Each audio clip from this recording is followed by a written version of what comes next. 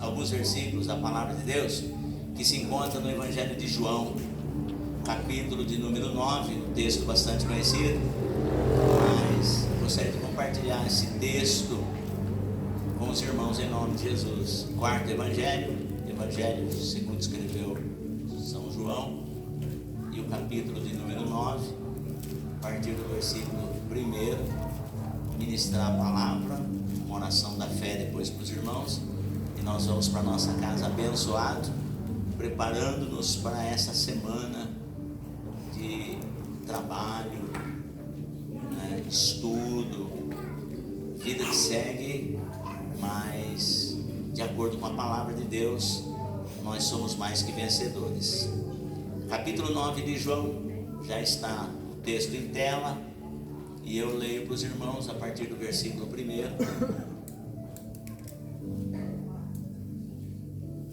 Diz assim: E passando Jesus, viu um homem cego de nascença, e os seus discípulos lhe perguntaram, dizendo: Rabi, quem pecou, este ou seus pais, para que nascesse cego? Jesus respondeu: Nem ele pecou e nem seus pais, mas foi assim para que se manifestem nele as obras de Deus. Convém que eu faça as obras daquele que me enviou enquanto é dia. A noite vem, quando ninguém pode trabalhar. Enquanto estou no mundo, sou a luz do mundo. E, tendo dito isso, cuspiu na terra e com a saliva fez lodo e untou com o lodo os olhos do cego e disse-lhe: Vai, lava-te no tanque de Siloé, que, abre parênteses, significa o enviado e fecha parênteses. Foi, pois, e lavou-se e voltou vendo. Então os vizinhos e aqueles que dantes tinham visto que era cego diziam: Não é este aquele que estava assentado e mendigava? Uns diziam: É este, e outros: Parece-se com ele. E ele dizia: Sou eu.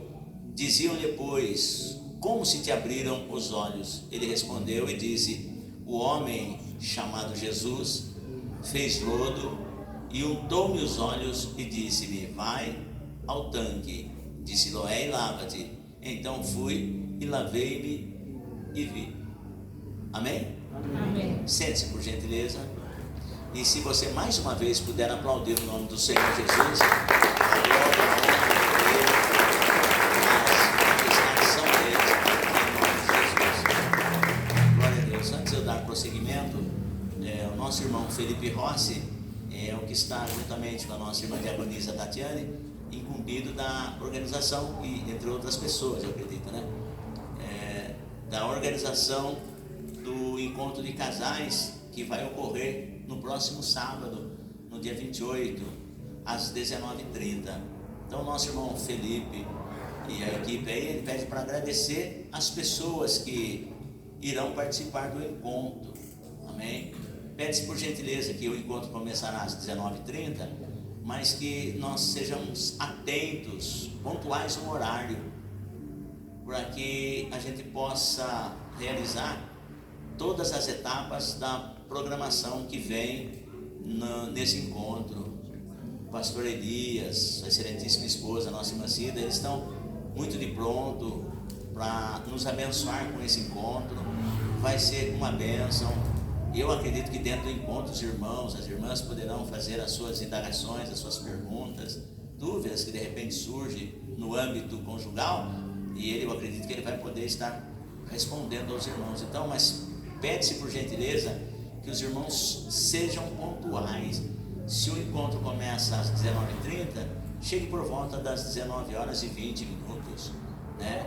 Aí já vem, já vai orando, pedindo a graça de Deus, para que o encontro seja uma bênção. Amém, pessoal? Amém. Então eu passo por aqui, juntamente com o nosso irmão Felipe Rossi, para agradecer aos irmãos que se inscreveram e irão participar desse evento de tão grande monta, que é o encontro de casais, porque o objetivo do Ministério Conhecendo a Cristo é que a sua família seja abençoada no nome de Jesus. Amém? Glória a Deus. E agora então, eu vou entrar no texto da palavra de Deus muito calmamente, Porque quando nós lemos o Evangelho de João, nós vemos assim algumas peculiaridades em termos desse Evangelho. Nos demais Evangelhos, a Bíblia fala a respeito de milagres, né? Mateus fala de milagres, Lucas fala de milagres, Marcos fala de milagres, mas João traduz milagres por sinais. Ele não usa a palavra milagre, mas ele usa sinais.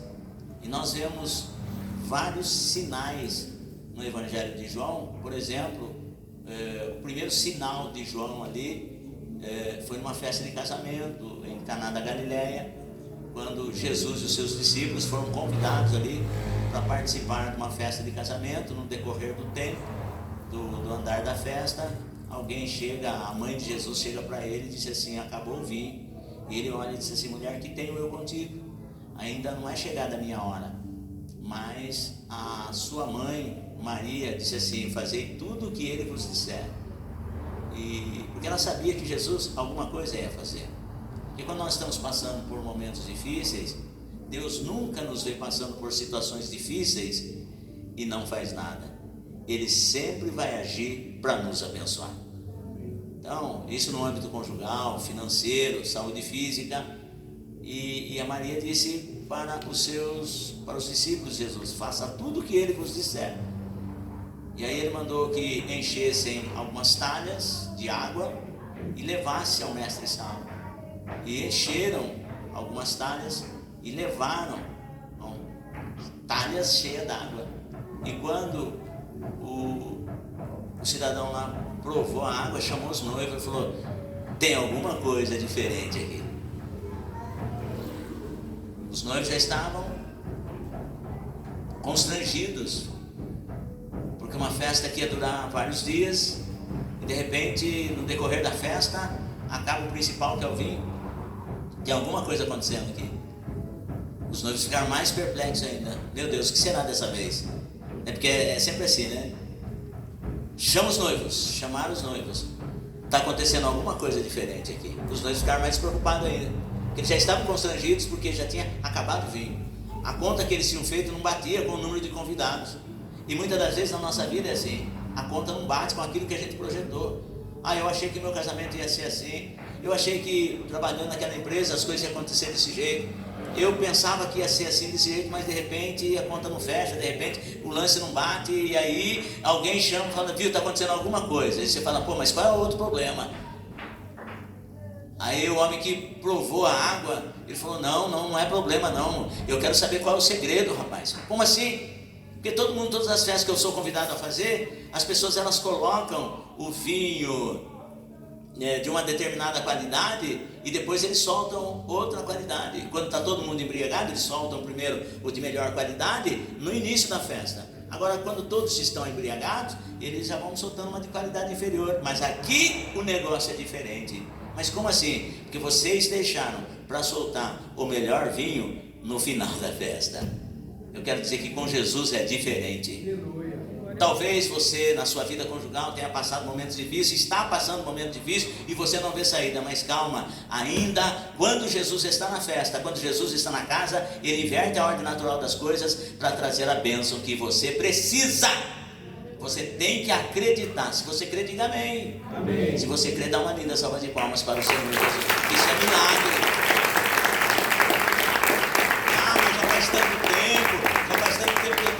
Faz tanto tempo que as coisas não aconteceram. Calma, Deus ainda está na casa, Deus ainda está no negócio.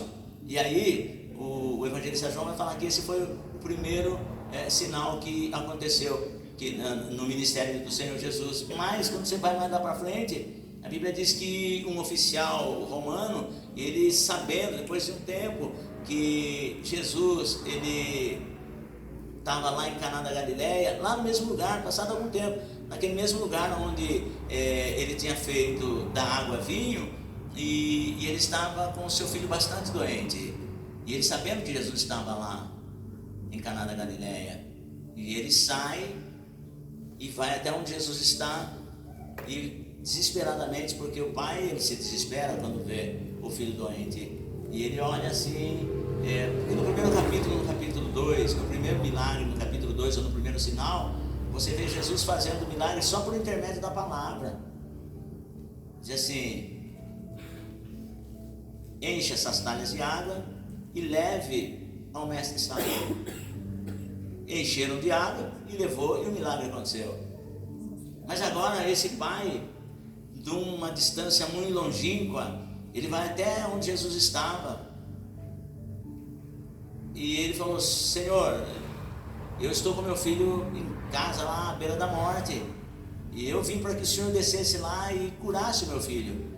Jesus olha bem para ele, para aquele pai desesperado, diga assim: se você não vir sinais e milagre, de maneira nenhuma o crereis. E ele olha e diz: Senhor, desce depressa antes que meu filho morra. Jesus falou para ele: vai, teu filho vive. E a Bíblia diz que ele creu naquela palavra, uma distância muito longa. Ele creu naquela palavra que Jesus disse: vai, que o teu filho vive. Porque Jesus falou: se você não crer, você não vai ver sinais e milagres. Mostrando para mim e para você que os sinais que Jesus faz nas nossas vidas vai acontecer se eu crer. E aquele homem pegou aquela palavra e foi embora. Só que quando ele estava no caminho, algumas pessoas já vieram de encontro com ele. Falou: viu, fique tranquilo, porque o seu filho vive. Ele falou: eu sei. Que horas que o menino apresentou melhor? Aonde? Por volta de umas 7 horas. Ele falou: olha, disse para a mulher dele, foi a mesma hora que ele disse para mim: vá, que o seu filho vive. Exatamente às 7 horas, eu cravei no relógio, ele falou que o teu filho vive. Essa mesma hora Jesus visitou e trouxe a cura para o meu filho, para o nosso filho. E a Bíblia vai dizer, irmãos, depois desse evento, esse homem, um oficial romano, com a sua mulher e toda a sua família, passaram a crer no Senhor Jesus. Repita assim comigo: a bênção de Deus é para a minha vida, pessoal e para a minha família. Eu não sei como que está a sua família, mas Deus me mandou aqui para trazer uma palavra de bênção, de milagre, de sinais para você e para a sua família. Você crê? Diga um amém bem forte. Amém. E se você crê, dá uma linda salva de palmas para você. Essa palavra de bênção é minha. Você vê então Jesus agindo e operando esse milagre pela fé. Talvez fale assim: mas a minha fé está tão pequenininha. Mas não importa, se a sua fé for como, não do tamanho, se a sua fé for como um grão de mostarda, fique tranquilo, o milagre vai acontecer. Amém.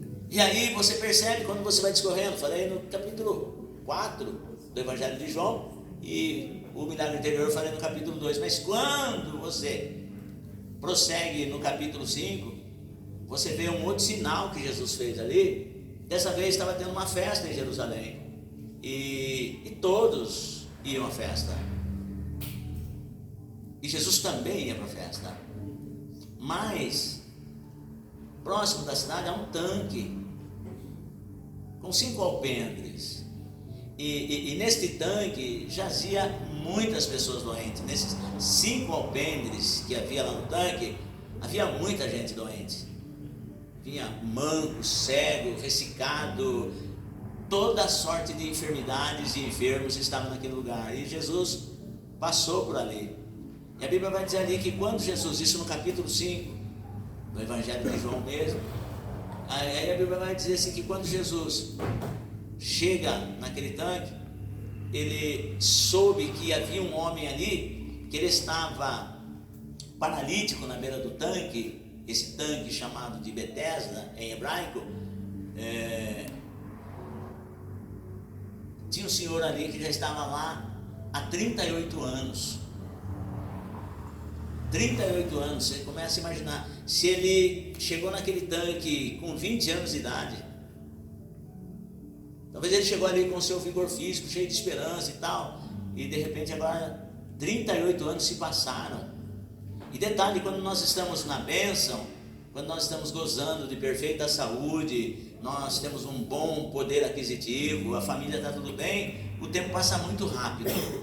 Mas quando passa-se pelas adversidades, enfermidade, ou algum problema que foge do nosso controle, o tempo estaciona, a cronologia para.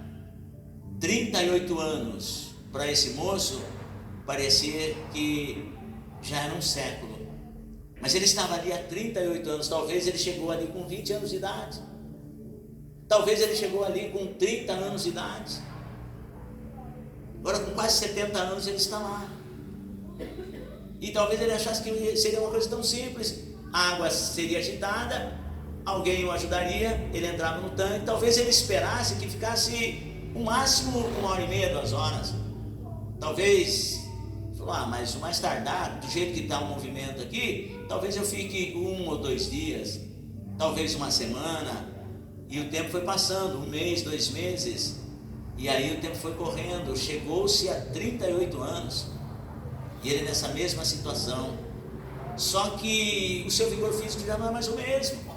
O tempo passou, talvez naquele relento, talvez a sua saúde, o que lhe restava, foi definhando-se mais rápido ainda, por conta do fato dele estar ali, naquele relento, numa condição indigna, de vulnerabilidade. E no ambiente onde tem muitas pessoas doentes, as pessoas vão se tornando mais doentes ainda. E 38 anos se passaram, mas a Bíblia diz que Jesus soube que ele estava nesse estado havia 38 anos. E Jesus chega para ele e diz assim: queres ficar são? E ele começa a dialogar com Jesus, falando assim: mas Senhor, eu não tenho ninguém que quando a água é agitada me ajude e me meta nesse tanque. Muito pelo contrário, quando um certo tempo o anjo desce e agita a água, desce outro antes de mim, porque havia uma crendice ali naquele momento de que de certo tempo descia um anjo naquele tanque e as águas eram agitadas, e o primeiro que descesse no tanque depois do agito das águas era curado de qualquer enfermidade que tivesse.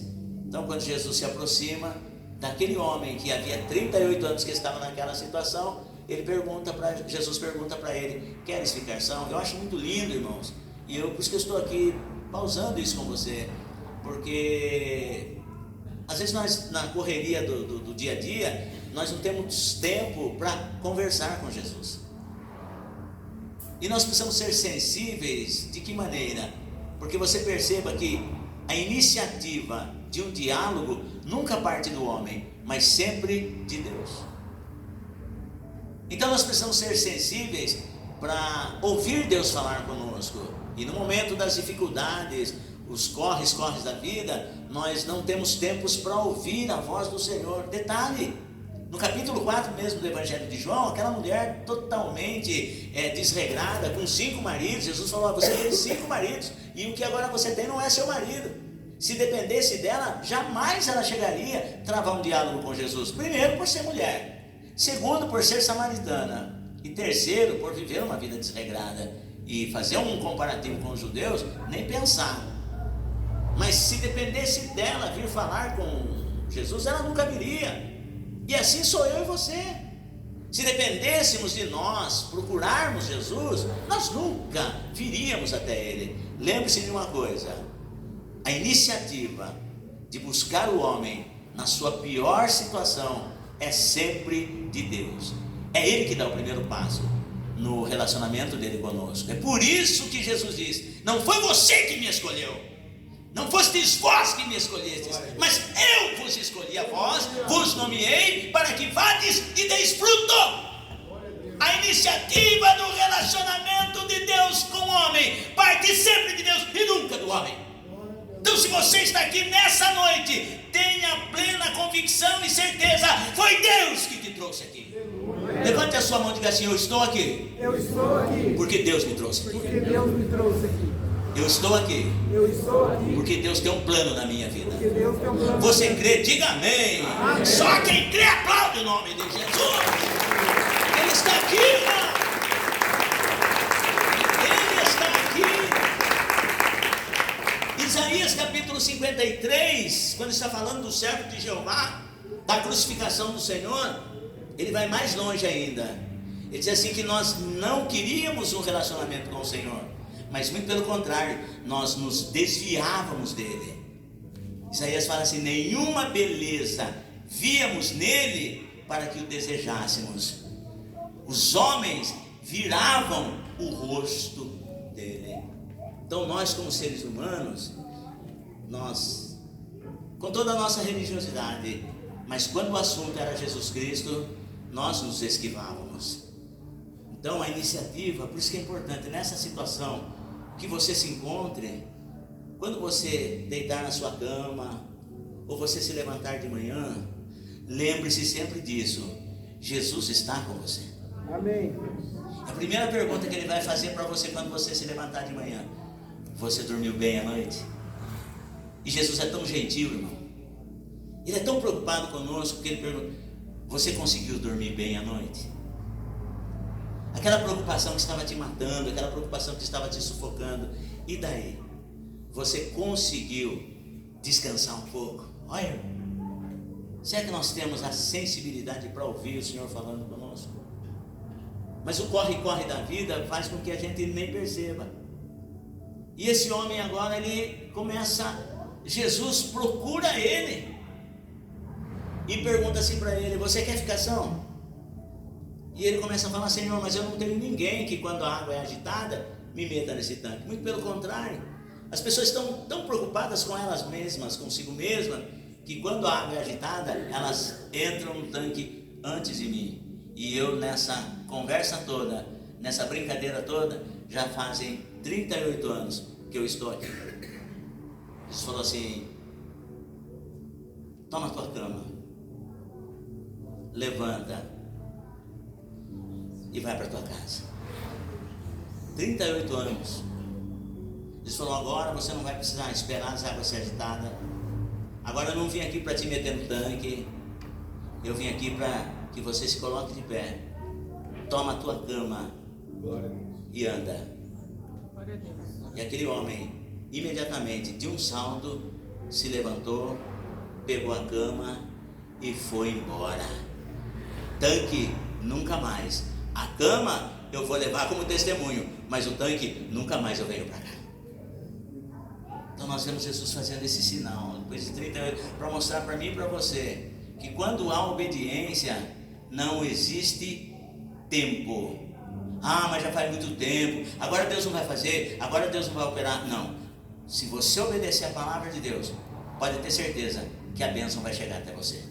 Amém. E aí no capítulo 9, eu já vou, porque se você pegar o capítulo 6, você vê um outro sinal que Jesus fez ali, a multiplicação dos peixes, dos pães.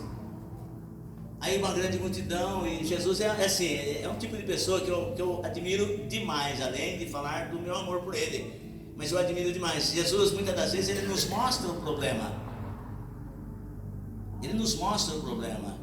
mas ele já tem a solução para o problema. É importante que a gente veja e tenha essa realidade, porque vida cristã não é magia, não é passe de mágica, não é porque você aceitou a Jesus hoje, Deus pode até fazer um milagre na tua vida de hoje para amanhã. Mas você precisa crer. Se você veio, a coisa não aconteceu, fique tranquilo, a qualquer momento vai acontecer. Amém. Ele falou: estou vendo uma grande multidão, no capítulo 6 do Evangelho de João. Estou vendo uma grande multidão e precisamos comprar pão para essa rapaziada toda aí, esse pessoal todo aí. Mas ele bem sabia o que ele ia fazer. Aí chegando o seu discípulo, falou: Senhor, tantos 200 dinheiros de pães não é suficiente para alimentar tudo isso aí. Porque Jesus fala assim: olha, quanta gente está aqui, como que nós vamos fazer para alimentar toda essa multidão? Jesus viu a multidão, viu o problema e transferiu para os discípulos. Então está aí uma grande multidão, e como que nós vamos fazer para alimentar todo esse pessoal aí? E alguém chega e fala: Jesus, 200 dinheiros de pães não é suficiente para alimentar toda essa galera. Ele manda eles embora para o caminho. Jesus falou: não, deem vocês comer para eles. Vá e vejam quantos pães tendes. Aí alguém olha e fala: mas Senhor, ainda que tenha bastante pão, não é suficiente para todo mundo. Mas tá bom, nós vamos atrás. E foram lá, pegaram um jovenzinho e trouxeram esse jovem até Jesus. O jovem tinha apenas 5 pães e 2 peixinhos. Ó, está aqui esse jovem, mas o que ele tem, Senhor, eu tenho até vergonha de apresentar, porque são apenas 5 pães e 2 peixinhos. Sabe, eu observo assim, às vezes nós queremos que Deus faça milagre através de coisas exorbitantes que nós achávamos que deveríamos ter. Não, Deus vai agir na sua vida, na minha vida, nas nossas vidas, através do pouco que você tem. Amém. Vai na sua pouca força. Faz aquilo que Deus te mandou fazer na sua pouca força. Porque se você for fiel no pouco, Deus vai te colocar sobre muito. Ah, mas fulano lá tem mais do que eu, ciclano lá tem mais condição do que eu só tenho isso. No Antigo Testamento, o profeta Eliseu chega uma mulher para ele e diz assim: olha, o meu marido, o teu servo morreu, os credores estão vindo levar os meus 2 filhos para serem escravos. Eliseu olha para a mulher e diz assim: mulher, que eu hei de fazer por ti? Declara-me o que tens em casa. Nós precisamos ter noção, consciência de como está a nossa casa, o que nós temos. Aí a mulher diz assim: a tua serva não tem nada em casa, apenas uma botija de azeite. Só isso, apenas uma botija de azeite. Eliseu disse assim para ela: vá, pede para os teus vizinhos, pede para ti dos teus vizinhos vasos vazios, e não poucos, tenha um bom relacionamento com a sua vizinhança. Pede para ti vasos vazios e não poucos, e entra na tua casa, tu e os teus filhos, e deita o azeite naquelas vasilhas vazias, e deixa de lado as vasilhas que já estão cheias.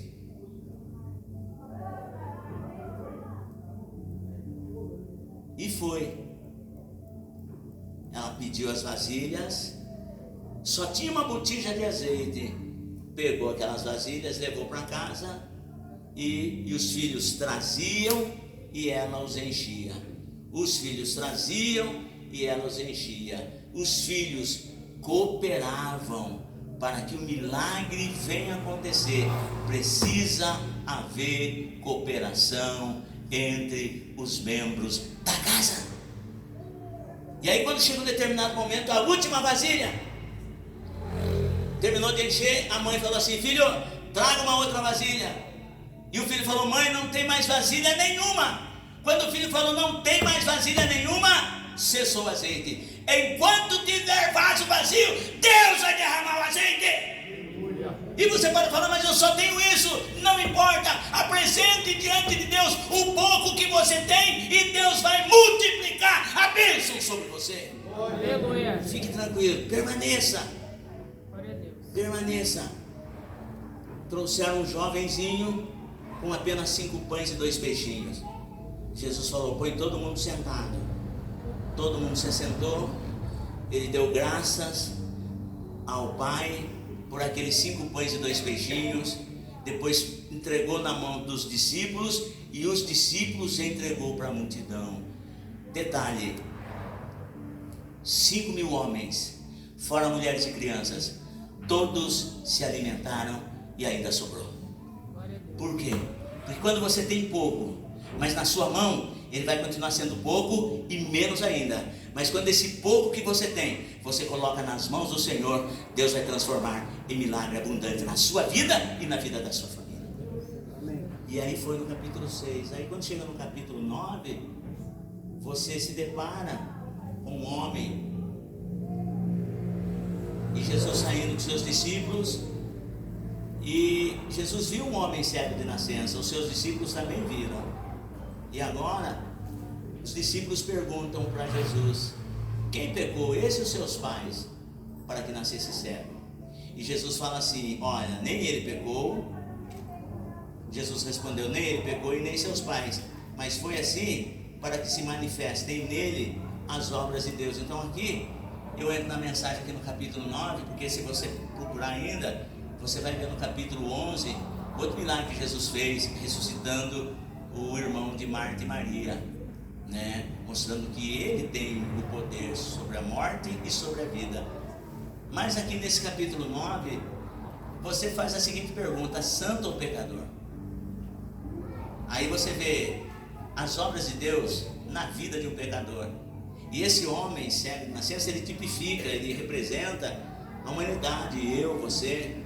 E aí você começa a analisar da seguinte maneira: falar de cura somente nessa passagem aqui é algo muito vago. É algo muito vago. O Jesus, lá no capítulo 9 do Evangelho de João, ele teve como sinal, ele curou o cego de nascença. Mas é uma coisa muito superficial. Porque quando você vê os discípulos interrogando Jesus acerca desse cego de nascença, Jesus responde que nem ele pecou e nem os seus pais, mas foi assim para que se manifeste nele as obras. Jesus está falando em plural. Jesus não está falando no singular, para que se manifeste nele a obra de Deus, não. Então falar simplesmente da cura da vista desse homem aqui é uma coisa muito vaga, porque a cura realmente é uma obra, mas é uma das obras. E você vê que isso é muito importante, trazendo para as nossas vidas, porque eu uso a minha vida assim como exemplo, um testemunho. Quando eu vim para Jesus, Jesus me libertou dos vícios. Ótimo. Nossa, Jesus fez uma obra na sua vida, né? Te libertou do vício, fez uma obra na minha vida. Quando alguém veio falar de Jesus para mim, alguém falou assim: Jesus tem uma obra na sua vida. E eu venho trazendo isso para a minha vida. E eu acho sim que isso é muito preocupante. Por quê? Porque muitas pessoas dentro da igreja acham que Jesus só fez uma obra na vida delas. E é um negócio muito sério, porque quando eu começo a achar dessa maneira, vai passando-se os dias, vai passando-se os meses, vai passando-se os anos, eu acabo me acomodando na minha vida cristã. E você precisa entender isso quando você olha esse texto. E você faz algumas perguntas para você mesmo. Por exemplo,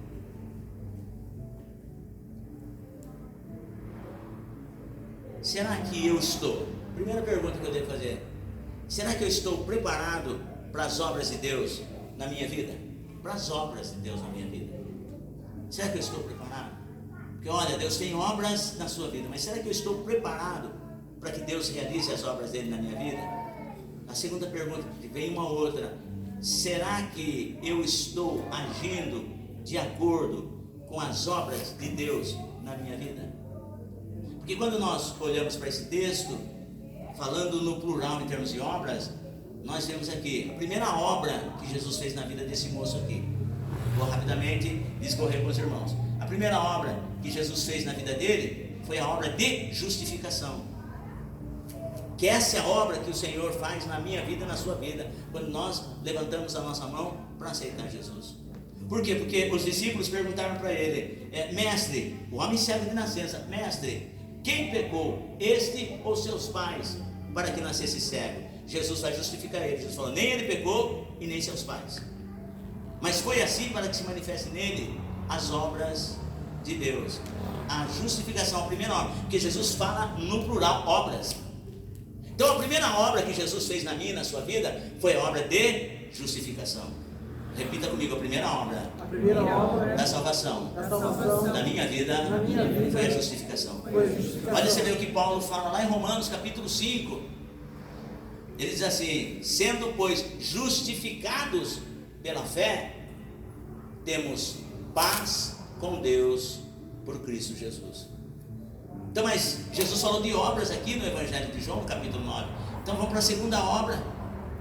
A segunda obra que Jesus fez na vida desse moço foi uma obra de esperança. Eu venho aqui dizer para você que está desesperançado.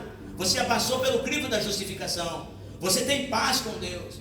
Mas as coisas não estão acontecendo na minha vida. Fique tranquilo. A palavra de Deus, ela te traz esperança. Escute. A segunda obra que Jesus realizou na vida desse moço aqui foi a esperança. Porque o texto continua discorrendo assim. Jesus respondeu: nem ele pecou nem seus pais, mas foi assim para que se manifeste nele as obras de Deus. Convém, e o homem não está escutando, porque ele é cego, mas ele não é surdo. E o homem não está escutando. Convém que eu faça as obras daquele que me enviou enquanto é dia. A noite vem, quando ninguém pode trabalhar. enquanto estou no mundo, sou a luz do mundo. E o moço escutando, diga assim: quando se ouve, diga bem forte, quando se ouve a palavra de Deus, o nosso coração se enche de esperança. Amém, irmãos? Amém. Foi assim que aconteceu com a mulher do fluxo de sangue. Ela vivia uma vida paupérrima, estava fadada a morrer, porque aquela enfermidade dela não se curava. Ela tinha muito dinheiro, gastou tudo que ela tinha com os melhores médicos, e isso não dava resultado benéfico, positivo. Muito pelo contrário, a Bíblia diz, Lucas, ele é tão cruel com essa mulher do fluxo de sangue, que ele diz assim: e ela ia de mal a pior, mas ouviu falar de Jesus. Quando ela ouviu falar de Jesus, o seu coração encheu de esperança. Eu não vim aqui falar de mim, eu vim falar de Jesus para você, para que o seu coração se encha de esperança. E Paulo vai dizer que a esperança não traz confusão, porquanto o amor de Deus está derramado em nossos corações pelo Espírito Santo que nos foi dado. No mesmo capítulo de Romanos, ele diz assim, que a tribulação produz a paciência produz a experiência, e a experiência traz a esperança. Ah, pastor, você não sabe a tribulação que eu estou passando. Não se preocupe, a tribulação é grande, mas a obra de Deus é maior. Fique tranquilo. Jesus falando: enquanto eu estou no mundo, sou a luz do mundo. O ministério dele durou 3 anos e meio. Ele foi para o Pai, está à destra de Deus Pai, mas ele diz assim: eis que eu estou convosco todos os dias, até a consumação dos séculos. Jesus está aqui. Ele está aqui para te dar esperança. Ainda há esperança para você. Glória a Deus. E enquanto Jesus estava falando: eu estou no mundo, sou a luz do mundo. E tendo dito isto, quando você pega o Evangelho de João, você vê a importância da palavra de Deus, porque constantemente você se fala assim: e ele disse isso, e tendo dito isto. O propósito de Jesus ter dito isto é para que o meu e o seu coração se encha de esperança. Escute. E tendo dito isto, o texto diz assim: cuspiu na terra.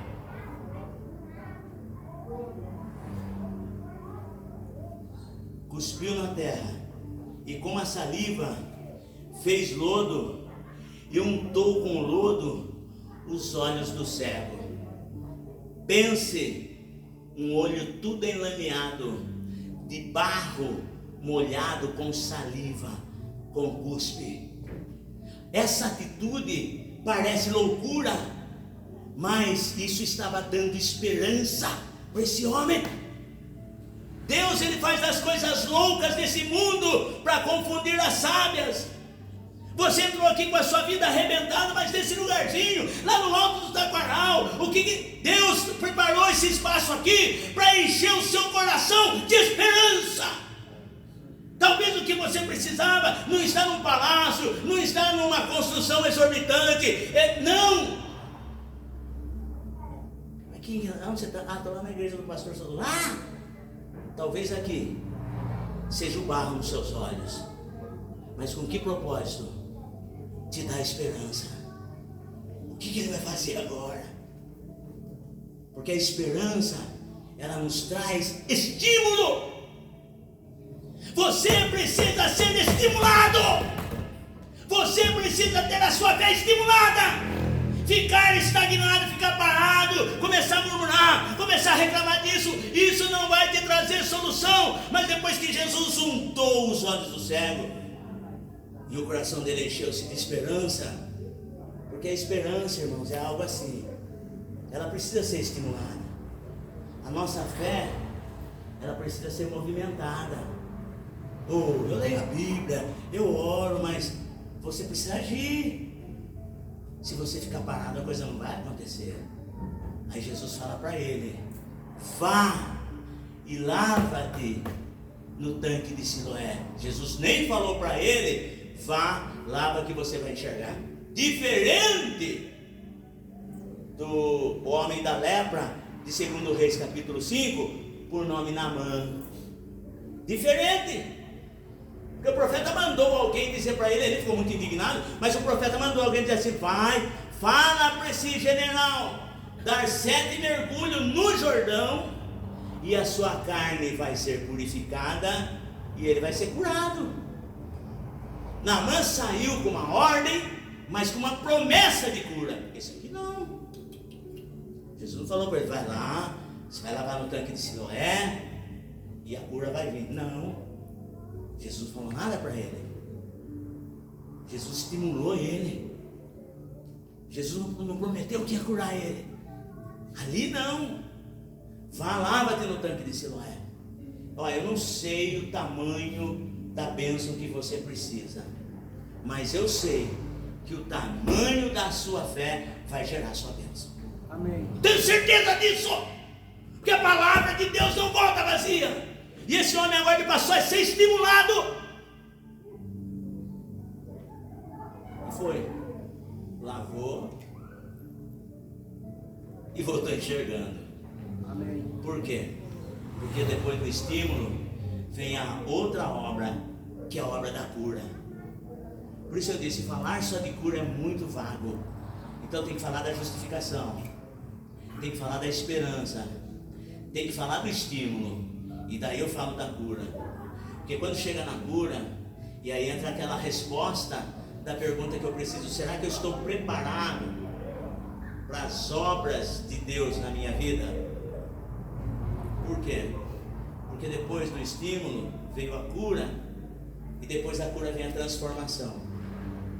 Evangelho, irmãos, que não traz transformação de vida, não é evangelho.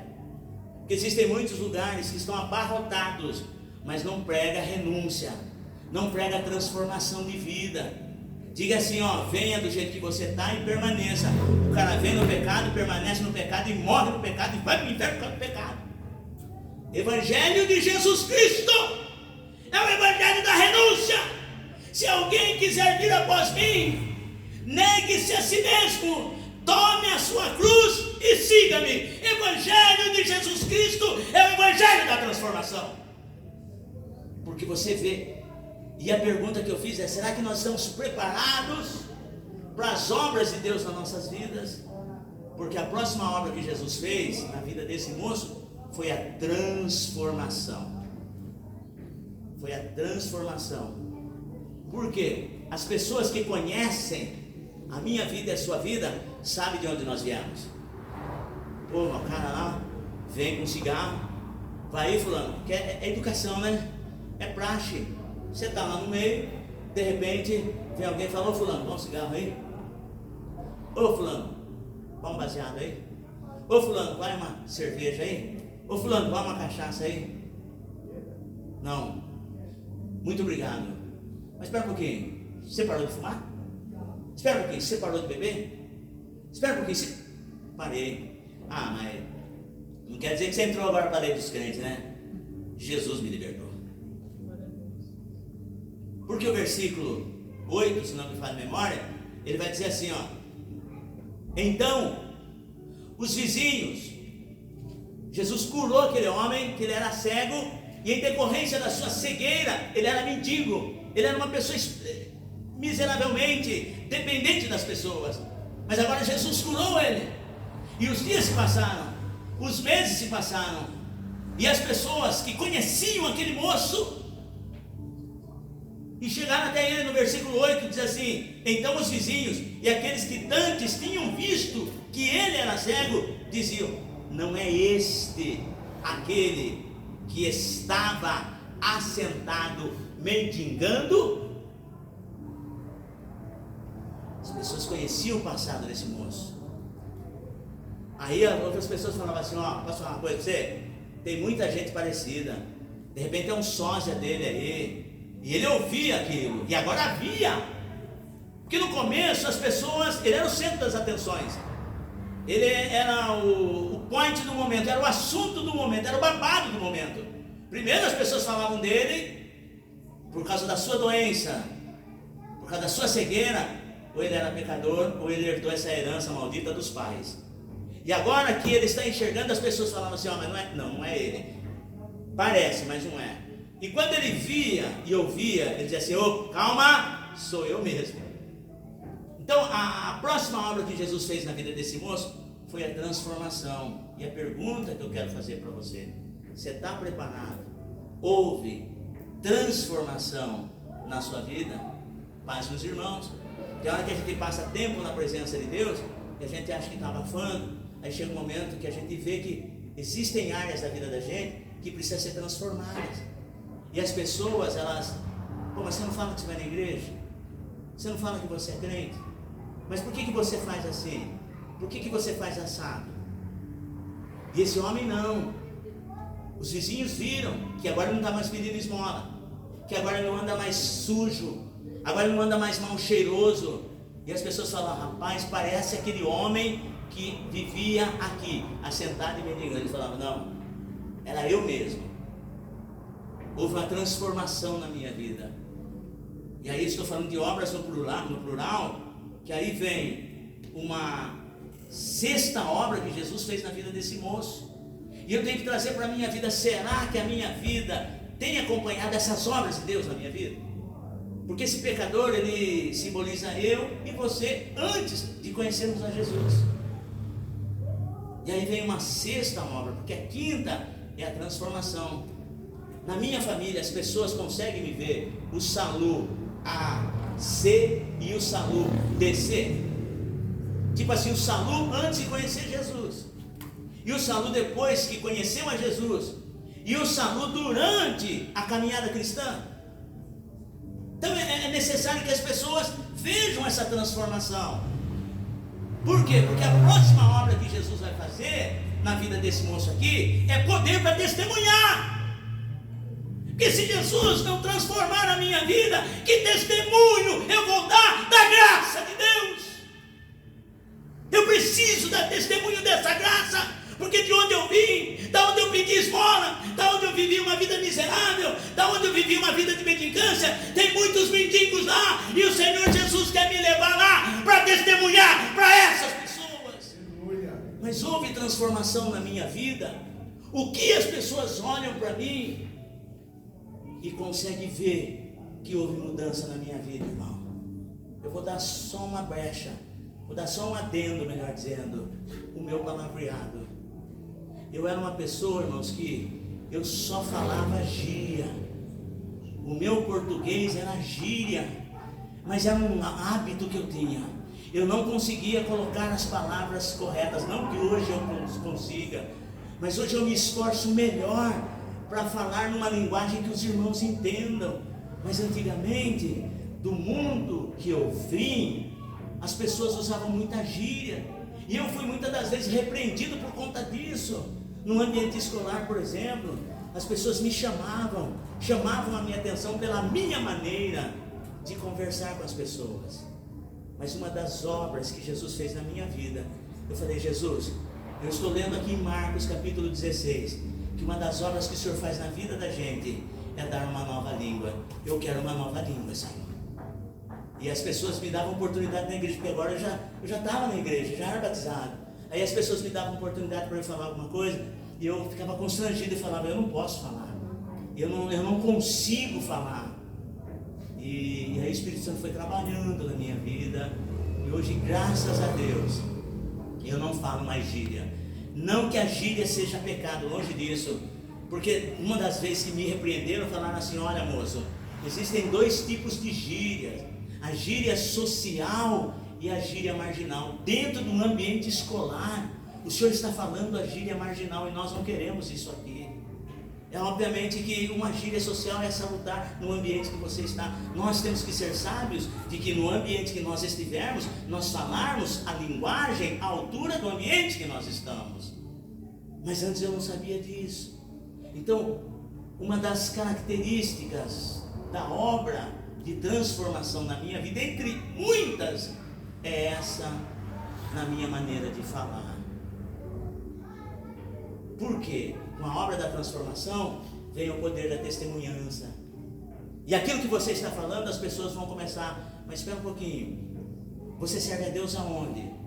Qual é a sua igreja? que Deus fez na sua vida, você começa a falar da transformação, porque esse texto aqui, ele fala no plural de obras. E aí o versículo ele vai dizer assim, ó, é a transformação e o poder para testemunhar. E ele começou a testemunhar, sabe aonde? Com seus vizinhos. Primeiramente, ele começou a testemunhar para os seus vizinhos. Ele começou a testemunhar dentro da sua casa. E dentro da nossa casa, irmãos, são os piores lugares que as pessoas conseguirão ver Deus nas nossas vidas. Sabe por quê? Porque as pessoas nos conhecem. As pessoas sabem quem você é, conhecem o seu temperamento, conhecem o tipo de pessoas que você é e aonde elas podem pegar em você para poder te provocar.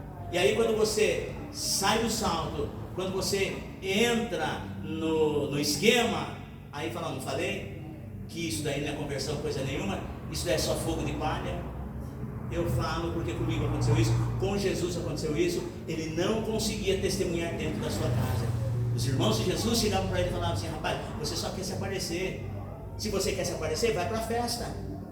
Jesus falava assim, a hora de vocês é chegada, a minha não. Chegou uma hora que Jesus estava numa casa reunida, algumas pessoas foram lá para a mãe de Jesus, falaram assim, ó, vai lá, pega o seu filho, porque ele está louco, hein? Então o poder de testemunhança dentro da nossa casa é o pior lugar para a gente testemunhar. Mas é lá que você tem que permanecer, sabe por quê? Porque Deus fez uma obra na sua vida. Não pensa que Deus pegou o melhorzinho, não. Deus pega sempre o pior. E através de você, Deus vai trazer os seus para a casa do Senhor. Permaneça! Dê testemunho de uma vida transformada.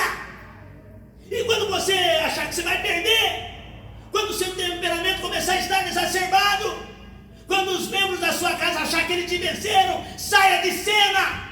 Não chore perante os seus, não brasbeje perante os teus, não grite perante os teus, não fale de Jesus para os teus, mas fale dos teus para Jesus. E ele vai entrar com providência, e ele vai fazer a obra.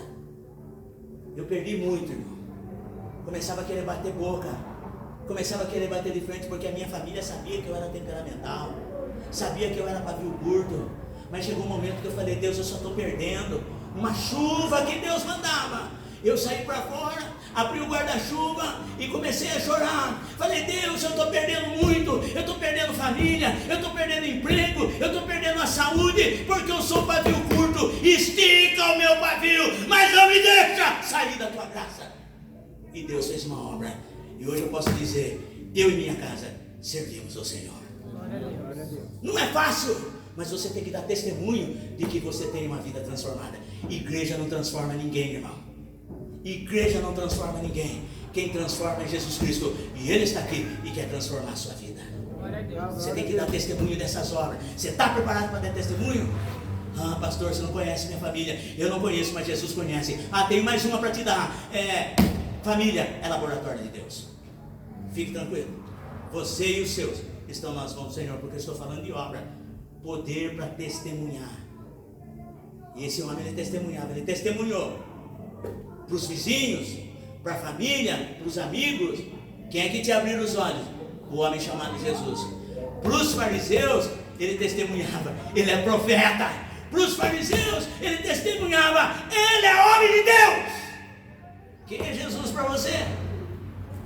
Porque vem uma próxima obra. Além do poder para testemunhar, vem a sabedoria para pregar a palavra de Deus.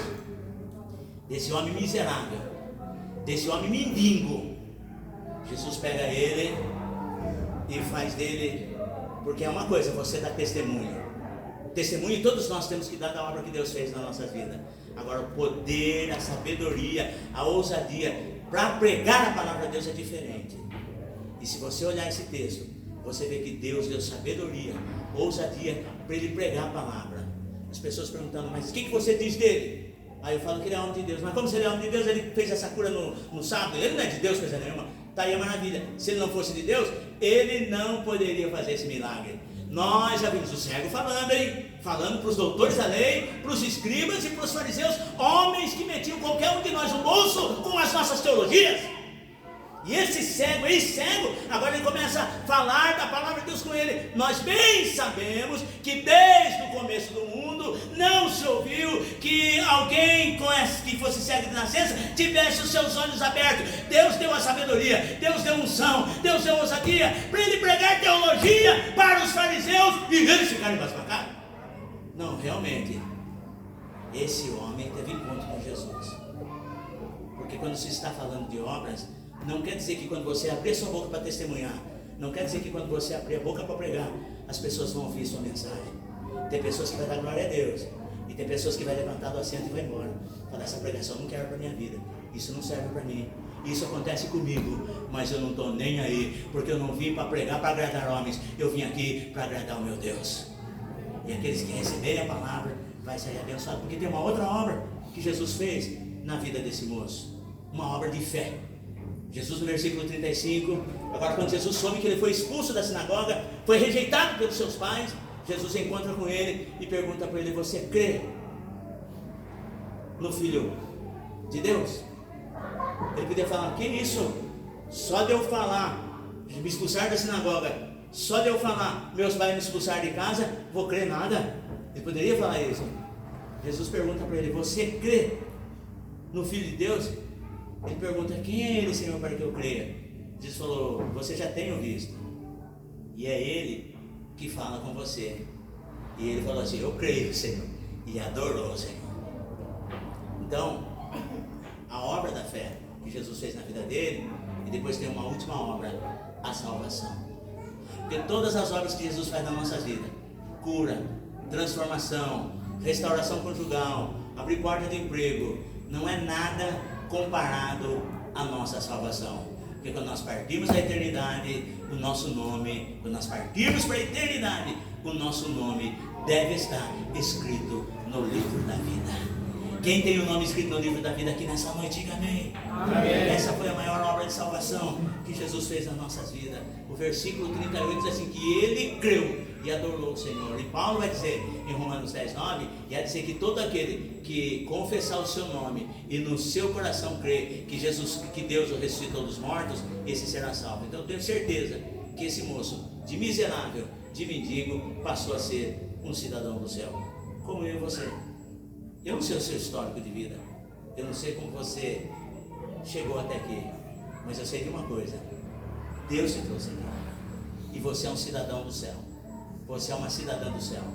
A sua família, aqueles que ainda não se converteram, permaneça firme, que Deus vai fazer uma grande obra, se você assim o crer, e o nome do Senhor vai ser glorificado. Amém, povo de Deus? Amém. Repita assim comigo, chega de viver uma vida de miséria. Diga bem forte, chega de viver uma vida de mesmice. Diga assim, chega de viver uma vida que não traz a glória de Deus. Diga assim, a partir de hoje eu estou pronto para viver as obras de Deus na minha vida. Com poder, testemunhança, transformação e convicção da salvação. Amém, povo de Deus. Você pode aplaudir o nome do Senhor Jesus.